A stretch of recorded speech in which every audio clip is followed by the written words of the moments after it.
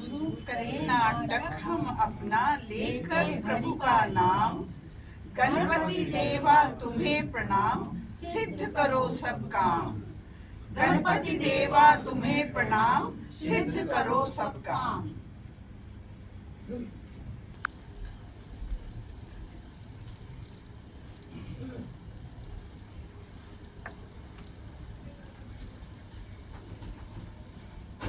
क्यों द्वारपाल जी, कैसे लग रहे हैं हम? बिल्कुल अप्सरा जैसी है ना? ये औरतें भी ना, मरकर भी वही रोग। मैं कैसी लग रही हूँ? अरे भाई, नौकरी का पहला दिन है, बॉस को इम्प्रेस भी तो करना है ना।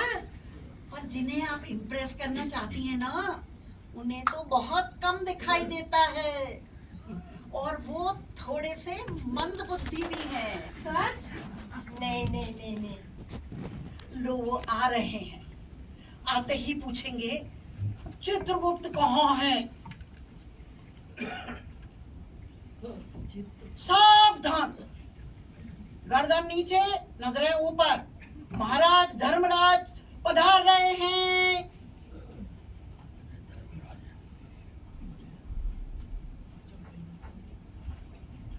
प्रणाम महाराज।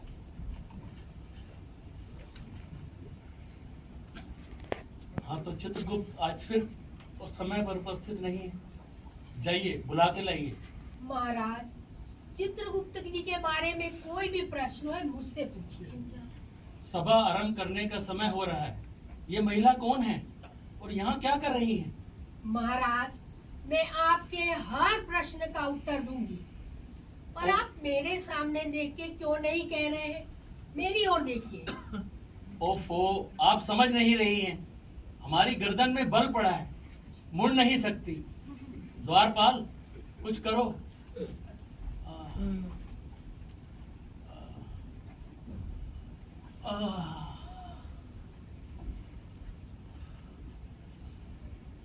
लो, देख लिया आपको। प्रश्न अभी भी वही है। आप कौन हैं? यहाँ क्या कर रही हैं? और महाराज, चित्रगुप्त कहाँ है? महाराज, मैं चित्रा हूँ। मुझे चित्रगुप्त जी की जगह नियुक्त किया गया है। चित्रगुप्त की जगह नियुक्त किया गया? कब, क्यों और कैसे? माफ कीजिएगा महाराज, लगता है आप स्वर्ग न्यूज़लेटर नहीं पढ़ते। यहाँ 10% रिजर्वेशन महिलाओं के लिए मान ली गई है। 10%? जी, और अब से यह पोस्ट स्त्रियों के लिए आरक्षित है। फिलहाल तो महाराज, आपको मुझे ही झेलना होगा। झेलना ही पड़ेगा, पर आप नाच क्यों रही हैं? आप देख सकते हैं महाराज। तो क्या हम अंधे हैं?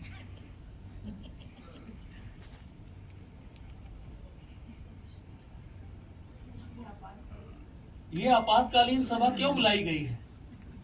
महाराज, स्वर्ग में एक स्थान रिक्त हुआ है।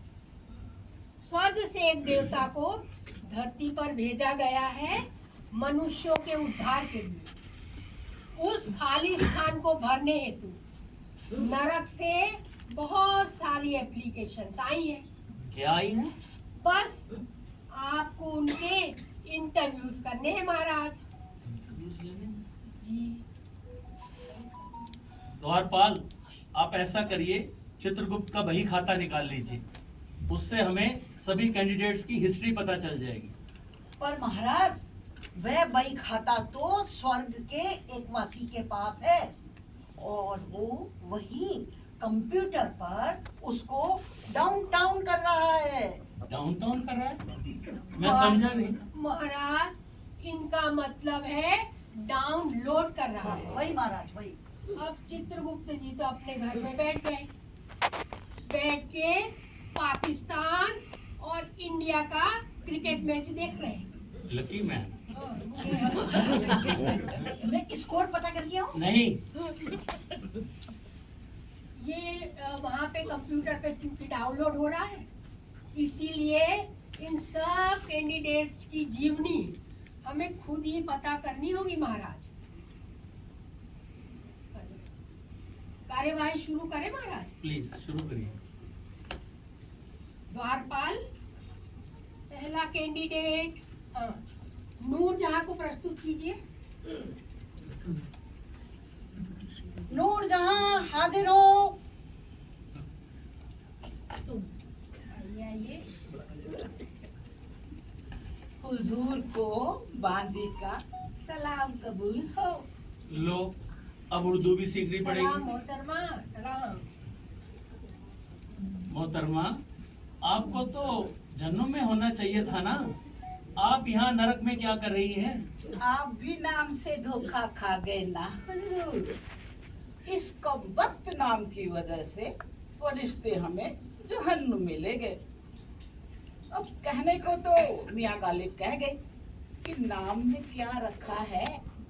गुलाब को किसी भी नाम से बुलाओ, वो खुशबू तो मीठी ही देगा। पर यह सच कहाँ है? मोहतरमा, चचा गालिब ने नहीं, शेक्सपियर ने कहा था। फिर वही नाम का चक्कर।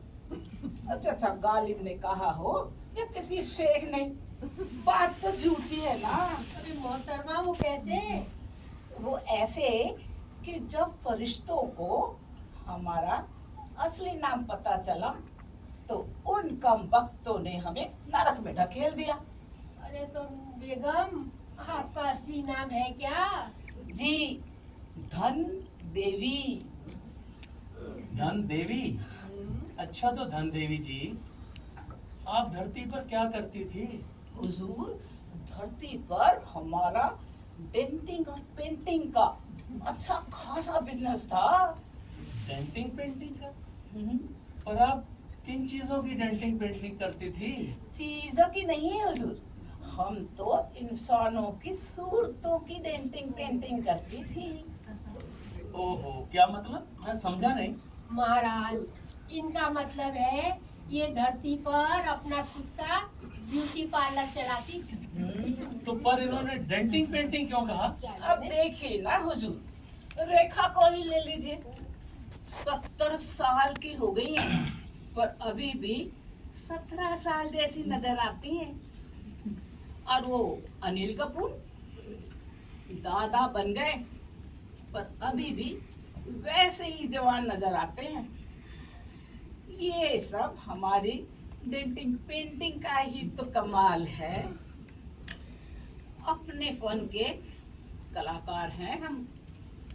वैसे हुजूर, आपकी मुझे कुछ ज्यादा बड़ी नहीं है। यदि हम थोड़ी सी ट्रिम कर दें तो? हमारी मूछ की बात मत करिए आप। खैर छोड़िए, हम तो कह रहे थे कि यदि आप थोड़ी सी ट्रिम कर लेते तो आप भी कादर खान जैसे धर्मराज नजर आते। पर मोहतरमा, आपने अपनी डेंटिंग पेंटिंग तो की नहीं। आप तो हमारी खिल्ली उड़ा रहे हैं हुजूर। हुआ यूं कि मरते वक्त हम अपना ब्यूटी किट ही लाना भूल गए। पर हमें यह समझ नहीं आ रहा, आप नरक में क्यों हैं? वो तो ना हुजूर, हमारे साथ बहुत जुल्म हुआ है। हम तो भले का ही काम कर रही थी। पूछ लीजिए यहाँ बैठी मैडमों से। क्यों अंजुला मैडम, दीपिका मैडम, कुमुद मैडम, बताइए ना हुजूर को।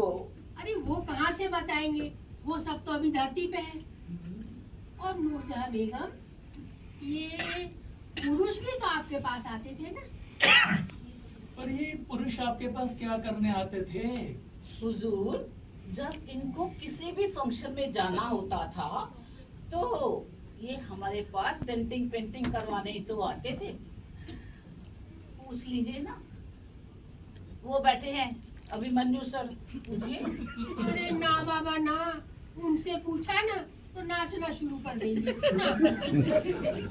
क्या छोड़िए, यहाँ बैठे हैं हरीश सर, इनसे ही पूछ लीजिए। उनसे तो बिल्कुल भी नहीं बाबा, गाने में जवाब देने लगेंगे ना बाबा ना।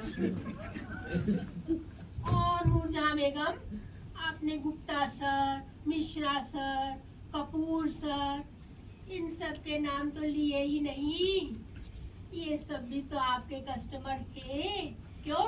हाँ, ये सब तो हमारे खास कस्टमर थे। पार्लर में क्या रखा था, इन्हीं की वजह से तो हम अपना नाम बचा पाए हैं। ये ना होते तो हम धन देवी कैसे बनती। ओहो, तो ये माजरा है। पर हमें यह समझ नहीं आ रहा, आप स्वर्ग में क्यों आना चाहती हो? आपके बहुत सारे कस्टमर तो पहले से ही नरक में हैं। काहे के कस्टमर हुजूर, अब आप ही बताएं, इतने सारे कौओं को हम हंस कैसे बना दें? ये नर्क वाले मुंह तो धोते ही नहीं, फेशियल खाक करवाएंगे। अपना तो धंधा ही चौपट हो गया है। हुजूर, हाँ जी। अब आप तो हमें यहाँ स्वर्ग में ही रख लें। यहाँ भी तो अप्सराओं को जरूरत पड़ती होगी। बुरा मत मानिए हुजूर, आपको भी मैनिक्योर की सख्त जरूरत है। द्वारपाल, निकालिए नहीं यहाँ से, अब ले जाइए। ऐसा क्या कह दिया हमने? चलिए, एक बार फिर सोच लीजिए हुजूर। सोच लिया। अगर आप हमको स्वर्ग में रखेंगे तो आपका गोल्ड फेशियल पक्का। ठीक है, ठीक है। नहीं करवाना आपका भी कर देंगे। उनको नहीं करना। जाइए जाइए। द्वारपाल, अगला कैंडिडेट सुशील गिब्बर जी को हाजिर कीजिए। सुशील गिब्बल जी हाजिर हो। आइए महाशय। आप ही सुशील गिब्बर जी हैं? Yes, my lord. I mean, lady. महाराज, ये पेशे से बहुत बड़े वकील थे। था नहीं, मैं है। बस आप मुझको मेरा कमरा दिखाओ और मैं अपना काम शुरू करूं। ठहरिए ठहरिए, आप तो यूं बात कर रहे हैं जैसे स्वर्ग आप ही की प्रतीक्षा में बैठा है। वही तो मिलॉर्ड, वही तो। आप सही समझे। स्वर्ग को मेरा बहुत जरूरत पड़ने वाला है। पर डोंट वरी, चिंता की कोई बात नहीं। इंडिया में बड़ा बड़ा नेता लोग हमको लंदन से बुलाया और हम उनका केस लड़ा और उनको जेल से बचाया। हम आपको भी जिता देगा। पर हमने कौन से केस लड़ने हैं भाई? वही तो, आपको तो खबर ही नहीं है कि हेल वाला लोग आप पे जल्दी बड़ा केस करने वाला है। अरे भाई, हमने कौन सा गुनाह कर दिया है?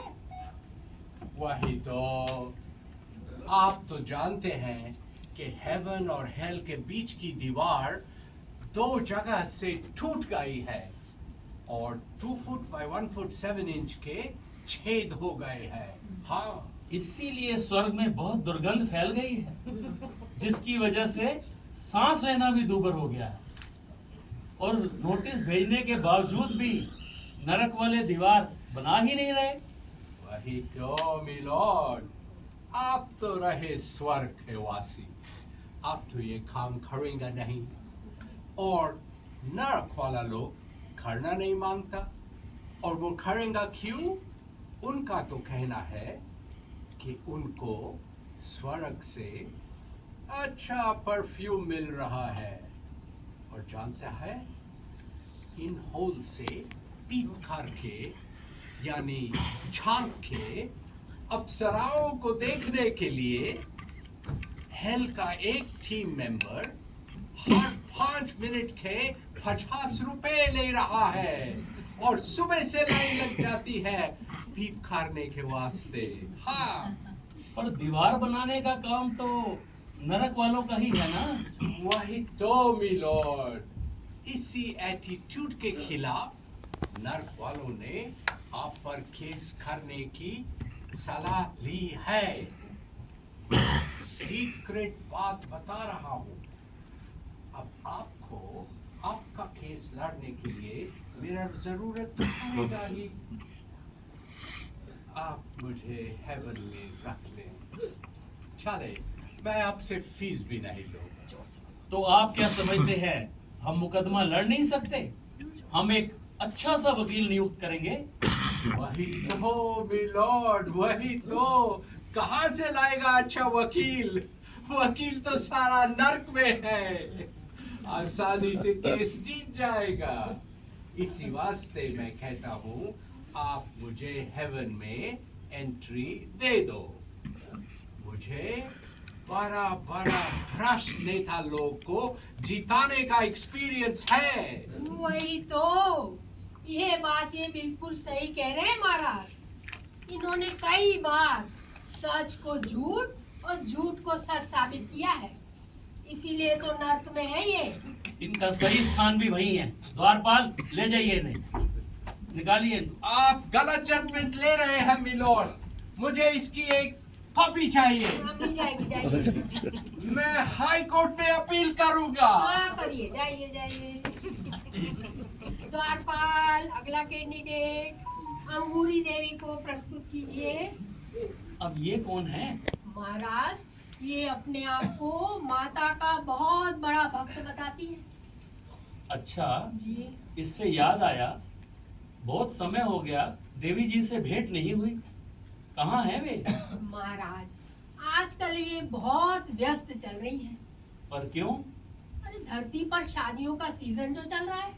तो शादियों से इनका क्या लेना देना? शादियों से उनका कोई लेना देना नहीं महाराज, परंतु आजकल शादियों में जगराते जो हो रहे हैं। तो जगरातों में क्या देवी जी दर्शन देने जाती हैं? नहीं महाराज, उन्हें किसी ने बताया कि जगरातों के नाम पर खूब नाच गान और नौटंकी हो रही है। और उन्हें विश्वास नहीं हुआ कि धरती के लोग उनके नाम को इस तरह से उछाल रहे हैं। क्या मतलब? मैं समझा नहीं। महाराज, माता की जो कौन भक्त चली आ रही है, आप उन्हीं से पूछ लीजिए। अंगूरी देवी हाजिर हो। जय माता दी, जय माता दी। जय माता दी, जय माता दी। जय माता दी। जय माता दी। प्रणाम महाराज। प्रणाम। प्रणाम देवी। प्रणाम। अच्छा, तो अंगूरी देवी जी, आप धरती पर क्या करती थी? महाराज, मैं धरती पर माता रानी के जगराते करवाती थी। मैंने 512 जगराते करवाए, पर फिर भी पता नहीं क्यों मुझे नरक में ढकेल दिया। अंगूरी देवी जी, उन जगरातों में होता क्या था, ये तो महाराज को बता दीजिए जरा। मैं तो गरीबों का भला ही किया है मैंने।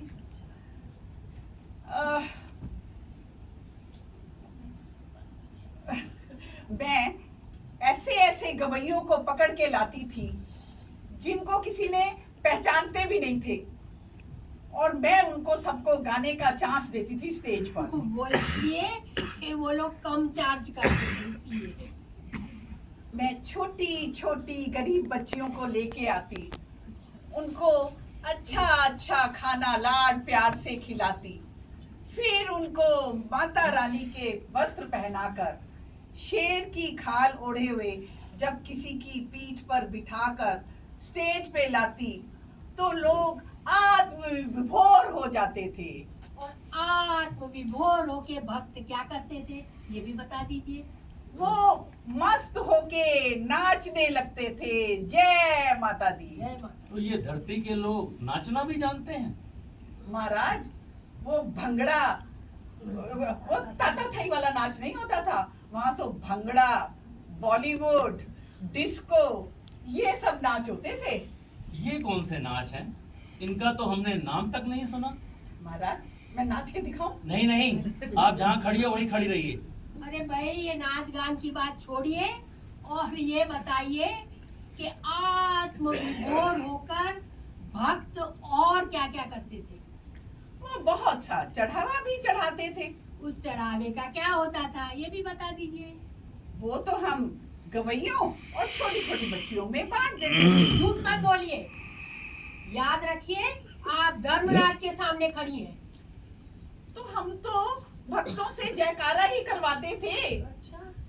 अगर किसी कम अमीर के घर में जगराता होता तो हम उनको तसल्ली देते कि सब माता की माया है, कौन समझ पाया है।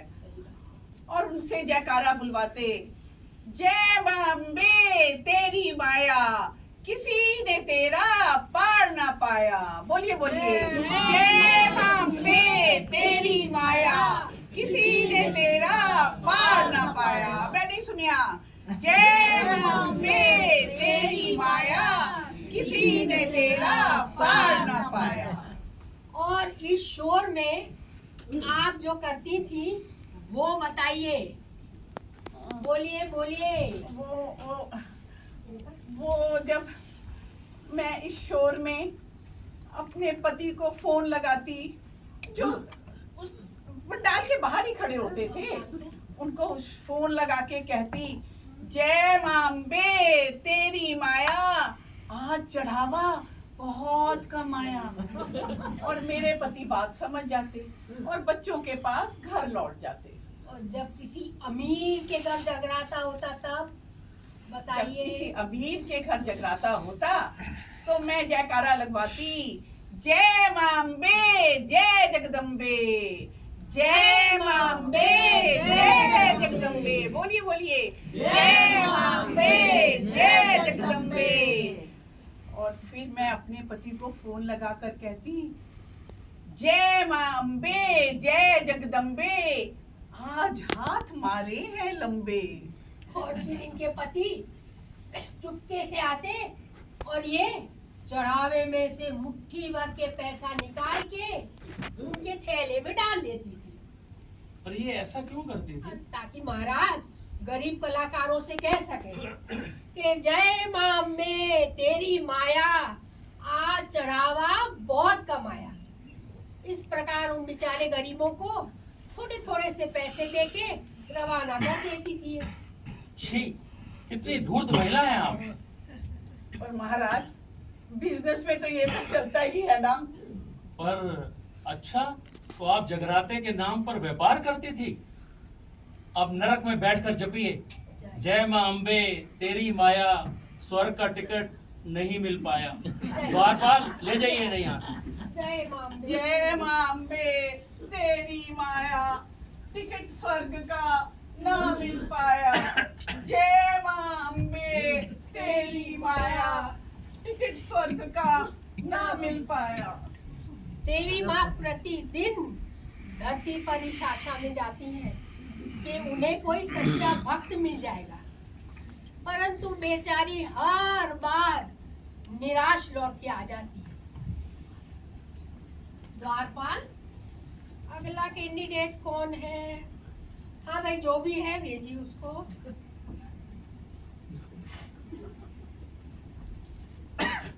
अगला कैंडिडेट। अरे नेताजी, आप कहाँ चले आ रहे हैं? अरे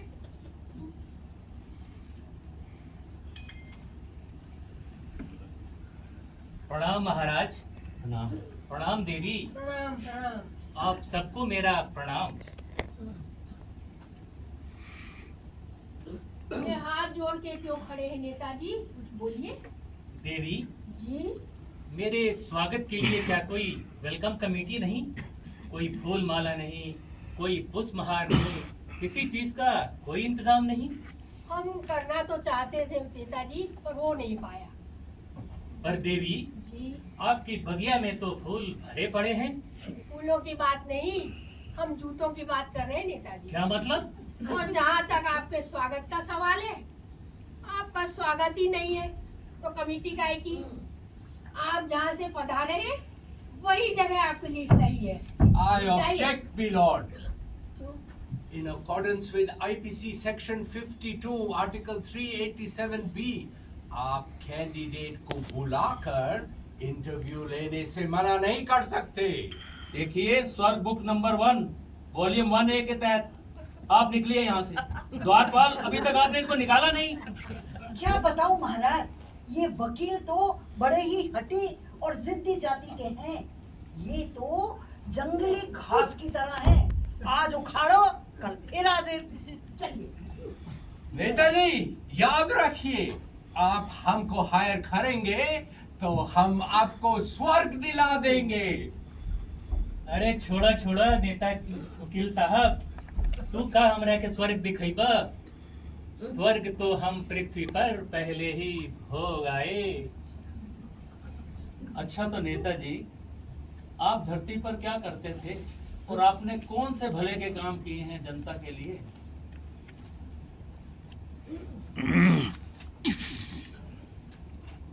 ये पढ़ क्यों रहे हैं? अरे महाराज, टेलीप्रॉम्प्टर नहीं है ना, इसलिए। वो क्या होता है? अरे वो मैं आपको बाद में समझाऊंगी, पहले इनको सुन लेते हैं। अरे नेताजी, किस बात का इंतजार है? महाराज के प्रश्नों के उत्तर दीजिए। देवी, जी। हम मीडिया का इंतजार कर रहे हैं। एक बार मीडिया आ जाए, आपके सारे प्रश्नों का उत्तर दे देंगे हम। यहाँ कोई मीडिया वीडिया आने वाली नहीं है नेताजी, आप बोलिए। कोई मीडिया नहीं, जी नहीं। कोई फूल माला नहीं, ना। कोई पुष्पहार नहीं, तो फिर छोड़िए। बोलिए बोलिए। बोलूं? जी हाँ। महाराज, हम जनता की सेवा करते थे, लोगों को अन्न बांटते थे, वस्त्र बांटते थे, और कभी कभी सोम रस की बोतलें भी बांट देते थे। और नेताजी, आप ये बताना भूल गए कि ये सब भले के काम आप चुनाव के ठीक पहले किया करते थे, क्यों? सही है ना? नहीं देवी, हमने महिलाओं के लिए तो हमेशा भला ही किया है। महिलाओं में हमने लैपटॉप बांटे, मोबाइल बांटी, और कितनों को तो हमने गाड़ियां भी दिलवा दी। और महाराज, एक को तो हमने पेरिस की सैर भी करवा दी। पर केवल महिलाओं के लिए ही क्यों? अब सरकार ने जो कहा है, बेटी पढ़ाओ बेटी बचाओ, पढ़ाने का काम तो माँ बाप ने कर दिया। और बचाने का काम आपने। क्यों, सही कह रही हूँ ना महाराज नेताजी?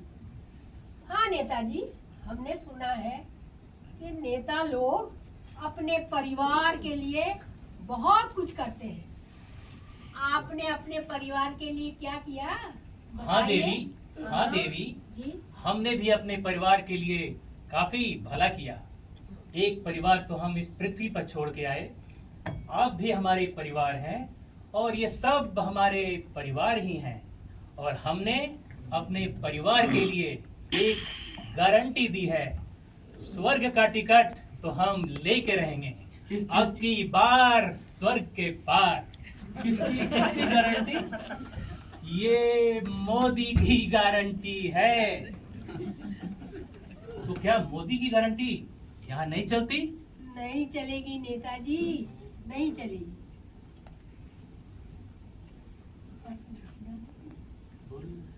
जाइए नेताजी। द्वारपाल, ढकेलिए इनको भी नरक में, पापी इंसान।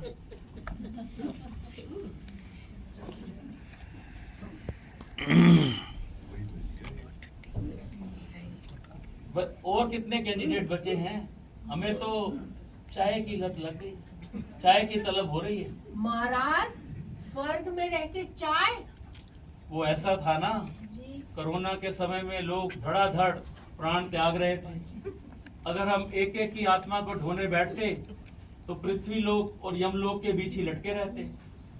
तो हमें काफी समय पृथ्वी पर बिताना पड़ा, और वहां पर जो भी मिलता कहता चाय पी लो। तो इस तरह से हमें चाय की लत लग गई। और पृथ्वी के लोग भी बड़े अजीब हैं। कोई खुशी हो तो चाय, गम हो तो चाय, कोई बीमार हो तो चाय, हर वक्त चाय पीते और पिलाते रहते हैं। सर्दी हो तो चाय, गर्मी हो तो चाय। और तो और जगह जगह लोग झुंड बनाकर चाय पे ही चर्चा करते रहते हैं। पर चित्रा, जी। तुम ये बुरी आदत मत डालना। ठीक है महाराज। पर आज चलो एक कप चाय पी लो। ठीक है। द्वारपाल, 2 प्याली चाय ले आओ।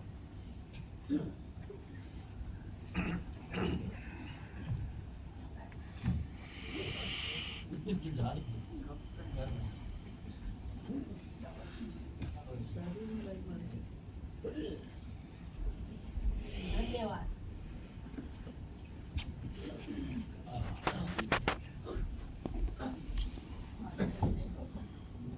द्वारपाल, और कितने कैंडिडेट बचे हैं?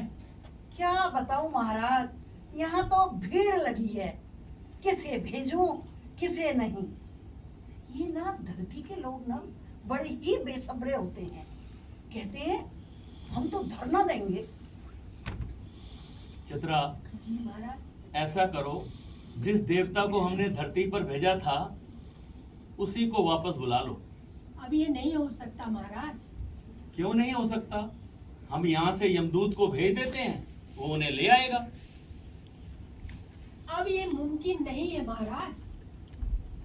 वो देवता जिनको धरती पे भेजा गया था, उनने वहां जाके आश्रम खोल लिया और छोटी छोटी बालिकाओं के साथ रास लीला रचाने लगे। फिर क्या हुआ?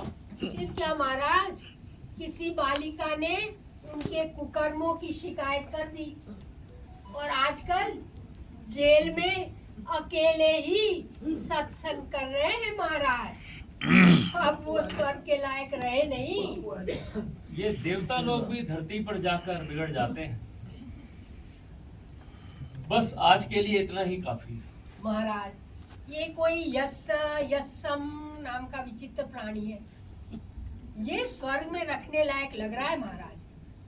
अगर आप इजाजत दें तो इस आखिरी कैंडिडेट को बुला लेते हैं। बुला लीजिए। द्वारपाल, यस्सम को हाजिर कीजिए। ये यस सर यस हाजिर हो। हाँ यस मैम, हो जाएगा, आप चिंता ना करें। मैम मैं आपको बैक कॉल करता हूँ, मैं एक मीटिंग में हूँ। Good morning sir. Good morning ma'am. ये यस्सम आप ही हैं? Yes ma'am. तो ये आपका नाम है? यस सर, ये मेरा उपनाम है। तो ये आपका असली नाम नहीं है? Yes sir. और यस सर मतलब क्या है या नहीं? यस सर, ये मेरा असली नाम नहीं है। अरे तो महाशय, आपका असली नाम है क्या? यस मैम, मेरा नाम जितेंद्र है। Thank you ma'am. अच्छा जितेंद्र जी, आप धरती पर काम क्या करते थे? यस मैम, मैं वहाँ बूढ़ों की सेवा करता था। ये तो अच्छा काम है, पर आप नरक में क्यों हैं? यस सर, आई मीन मैंने तो हमेशा बूढ़ों की भलाई ही की है। नहीं जितेंद्र जी, कोई तो बुरा काम जरूर किया होगा आपने, जिसके कारण आप नर्क में हैं। बताइए बताइए। मैम आप तो जानती हैं ये बूढ़े लोग भी कैसे सनकी होते हैं और अजीब अजीब डिमांड करते हैं। कोई कहता, जितेंद्र मेरे कुत्ते की पूंछ के बाल बहुत लंबे हो गए हैं। हम काटने गई तो उसने हमें काट लिया। बहुत जोर से काटता है भाई, तुम किसी और को भेज दो। अब बताइए, कुत्ते से कटवाने को मैं किसको भेज दूं? एक बार एक सर का फोन आया, बोले जितेंद्र ओ पुत्र, मेरे कांधे बाल बड़े लंबे हो गए हैं, किसी नाई का इंतजाम कर सकते हैं? और एक बार तो हद ही हो गई। एक मैम का रोते रोते फोन आया, बोली जितेंद्र मेरे घर में चूहे बहुत हो गए हैं, पकड़ में ही नहीं आ रहे हैं, तुम किसी बिल्ली को भेज दो। बताइए। तो आपने कहा होगा यस सर, यस मैम, हो जाएगा। यस सर, हमें तो हमेशा यही सिखाया गया है कि बूढ़ों को मना नहीं करते। चाहे काम करे चाहे ना करे। हाँ पर जितेंद्र जी, अब हमारी समझ में आ गया कि आपका ये उपनाम यस सर यस्सम कैसे पड़ा है। क्यों, सही कह रही हूँ ना? Yes ma'am. हाँ तो आप बता रहे थे कि आपने कौन सा गलत काम किया है जिसके कारण आप नर्क में हैं। बताइए। मैम मुझे यस मैम, मेरे को बहुत अच्छे से याद है। वो 14 अगस्त का दिन था। मैं ऑफिस में बैठा 15 अगस्त की छुट्टी के सपने देख रहा था कि तभी पिलानी मैम का फोन आया, बोली जितेंद्र मैं तुमको बताना भूल गई, कल मेरी शादी की सालगिरह है और मैं कार्ड छपवाना भूल गई। तुम ये मैसेज कार्ड पे छपवा दो कि मैं महिमा पिलानी अपने पति शंकर पिलानी से शादी की सालगिरह पर आपको आमंत्रित करती हूँ। कार्यक्रम सुबह 10 बजे से शुरू होगा। ये कार्ड छपवाकर मुझे व्हाट्सएप पे जल्दी से भेज दो। मैंने तुरंत फटाफट उनका मैसेज और उनका मोबाइल नंबर प्रिंटर को भेजा और उसको बोला कि इसका छाप के जल्दी से पिलानी मैम को भेज दे। फिर क्या हुआ? बस क्या बताऊं मैम, परिवार के साथ छुट्टी मनाने के बाद जब मैं 16 अगस्त को ऑफिस पहुंचा तो देखा पिलानी मैम अपने बेटों के साथ मेरा इंतजार कर रही थी। दिल बड़ा खुश हुआ ये सोच के कि अब तो मिठाई मिलेगी। पर ये क्या, मुझ पे तो घूसों की बारिश, लातों की बारिश शुरू हो गई। वो तो भला हो मैनेजर साहब का जो बीच में आके उन्होंने मुझे बचा लिया। जब उन्होंने पिलानी मैम से इसका कारण पूछा तो पिलानी मैम ने गुस्से में अपना मोबाइल मुझे पकड़ाया और बोली, ये जो मैसेज तुमने छपवाया इसको जोर से पढ़ो। मैंने कहा ये तो वही है जो इन्होंने कहा वो छपवा दिया, अब इसमें इतनी भड़क क्यों रही है।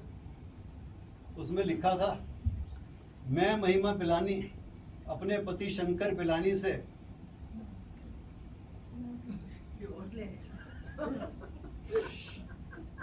बोलो। आजादी की सालगिरह पर आपको आमंत्रित करती हूँ। इतना बड़ा गड़बड़ घोटाला शादी को आजादी में बदल दिया क्या जितेंद्र जी? बस इतना ही है कि और कुछ भी है? और भी है मैम। और है भी?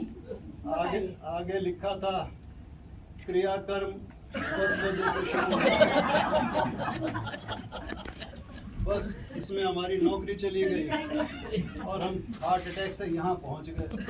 सचमुच आपके साथ तो बहुत जुल्म हुआ है। यस सर, और यहाँ भी हो रहा है। यहाँ पे क्यों? अब देखिए, अब खाना अच्छा ना बने, कहीं सफाई ठीक से ना हो, और तो और गर्मी भी बढ़ जाए, ये बूढ़े लोग शिकायत लेकर मेरे पास ही आ जाते हैं। आप तो हमें स्वर्ग में ले लीजिए। पर जितेंद्र जी, आपने ये नहीं बताया आप काम कहाँ करते थे?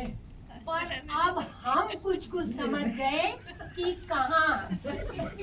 जितेंद्र जी, आप मुझे बताइए, अगर आपसे कहा जाए कि स्वर्ग और नर के बीच की दीवार 1 घंटे में बनानी है तो आप बना देंगे? यस मैम, हो जाएगा। आप चिंता ही ना करें। आप कहें तो मैं अभी मिस्त्री को बुला लेता हूँ। और अगर आपसे ये कहा जाए कि चित्रा जी के लिए एक फ्लैट तैयार करना है तो क्या आप 1 दिन में करा देंगे? यस सर, हो जाएगा। आप बस मुझे जगह दिखा दीजिए। Thank you sir. अब हम समझ गए ये कहाँ काम करते थे। आप समझे?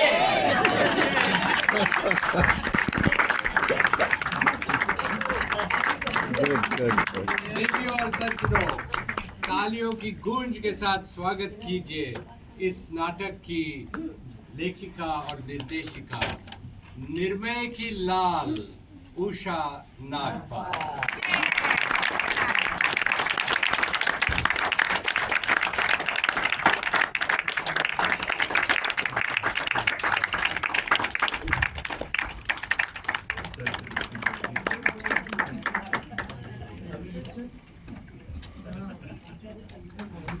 ठीक है, माइक सम माइक के बगैर ही कर दो।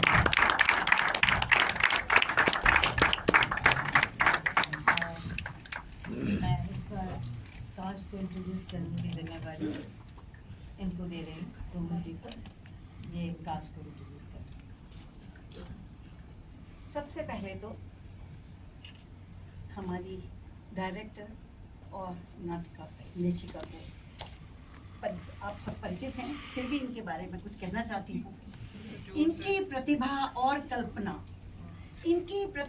कल्पना अति कुशाग्र बुद्धिमान, शब्दों से माला रच देती, कलम है इनकी शान। नाटककार आशियाना की हैं, यही है इनकी पहचान। आप सभी इनसे हैं परिचित, उषा नागपाल नाम।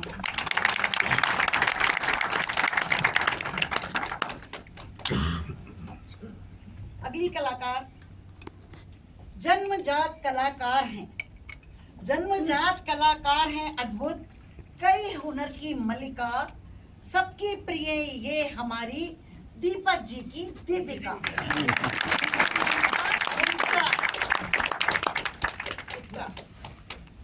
हंसकर करते सबका काम, हंसकर करते सबका काम, जो मेहनत से ना हारा, चाहो तो आजमा लो इनको, ये है अनिल चितकारा।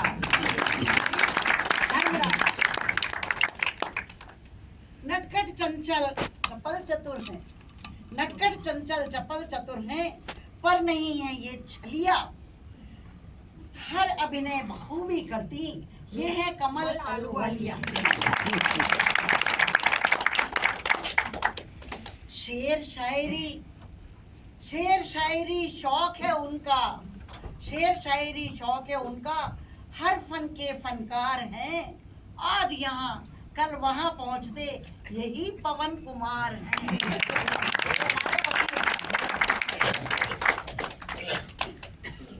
बिष्टी दोही सी बातें इनकी, बिष्टी दोही सी बातें इनकी, बड़े बड़े हैं काम, ये बंगालन मीठी बोली, अंजुला चौधरी नाम।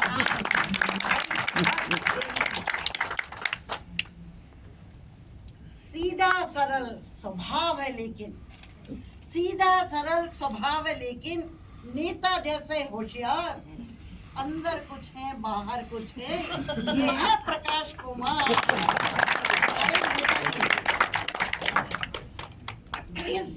इस तरकश हाइट को देखकर, इस तरकश हाइट को देखकर लॉर्ड गवर्नर झुक जाएं, सब कोई बोलो यस सर, सब कोई बोलो यस सर, सुनील प्रकाश जी जब आए।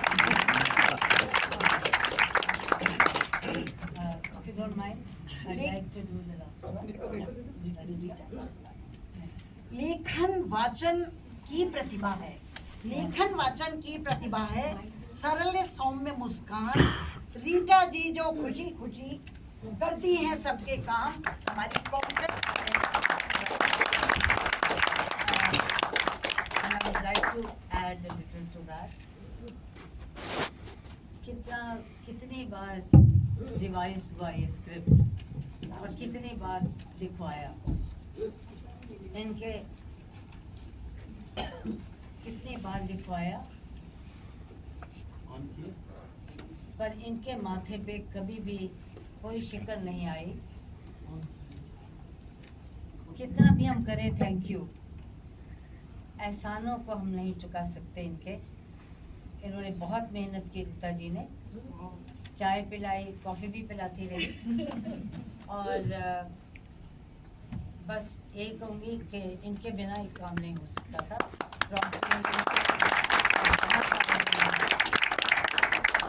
बार बार जब हम रिवाइज करते रहे, ये बार बार स्क्रिप्ट को लिखते रहे। Thank you very much. और अभी हमारी बागपाल जी तो रह ही गई। भाव भंगिमा नृत्य मनोहर, हंसकर छू लेती है मन को, हीरे की पहचान खूब है, कुमो जहरी जौहरी कहते जिनको।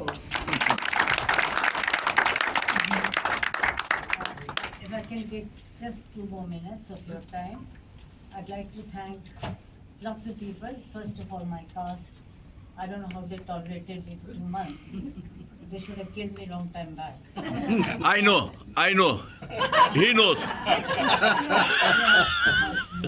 No. And so thank you very much indeed for being so patient with me. I would also like to thank the manager and Rajiv ji, who's always there to help us with the lights and with various other things. And most of all, actually, I would like to thank Yoginder. Yes.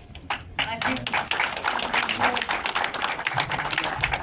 he and his team were ready to do anything we asked, anytime. And what I admire the most about him is his spirit.